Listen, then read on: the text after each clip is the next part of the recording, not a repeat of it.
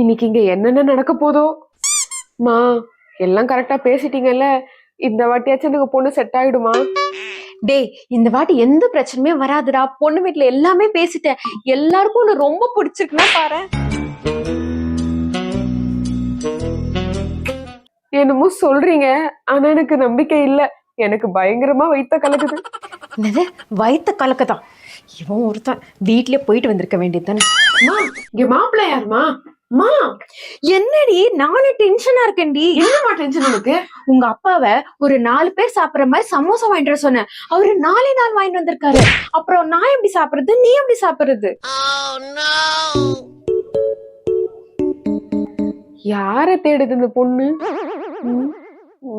Anti, மாப்பிள்ளை வரலையா? இதுக்கப்புறமா தான் வருவாரா?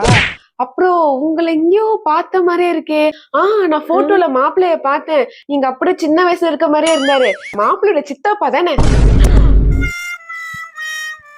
மா, என்னமா இது? நான் தான் அப்பவே சொன்னேன்ல இதெல்லாம் நடக்காதுன்னு. இப்ப பாத்தியா 90s கிட்டுக்கு வந்த சோதனைய பாத்தியா?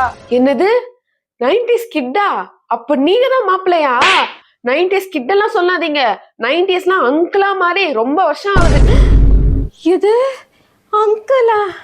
மா, நான் அப்பவே சொன்னேன் வரமாட்டேன்னு. கேட்டியா? இப்ப பாரு அந்த பொண்ணு எப்படி என்ன பேசிட்டு போகுதுன்னு. இனிமே கல்யாணம் இல்லன்னு சொன்னீங்க, அவ்வளவுதான். எல்லாரும் 90s கிட்டுன்னு கூப்பிடுறது போய் இன்னைக்கு 90s அங்கிளா மாறிடுச்சு. இனிமே நம்மளுக்கு கல்யாணமே நடக்காது போல. இல்ல, இனிமே எனக்கு கல்யாணமே வேணாண்டா. இப்படியே பிரம்மச்சாரியா இருந்துட்டு போறேன். இந்த வாட்டி எல்லாமே பேசிட்டா பொண்ணு வீட்டுல எல்லாருக்கும் பூர்ண சம்மதம். மா, யாருமே இங்க மாப்பிள்ள? மா, என்னமா பண்ற? எனக்கு ஸ்வீட் பார்த்த உடனே டெம்ட் ஆயிடுச்சுடி. சாப்பிட தொடர்பு டயலாக் மறந்துட்டேன். கடவுளே, காப்பாத்து.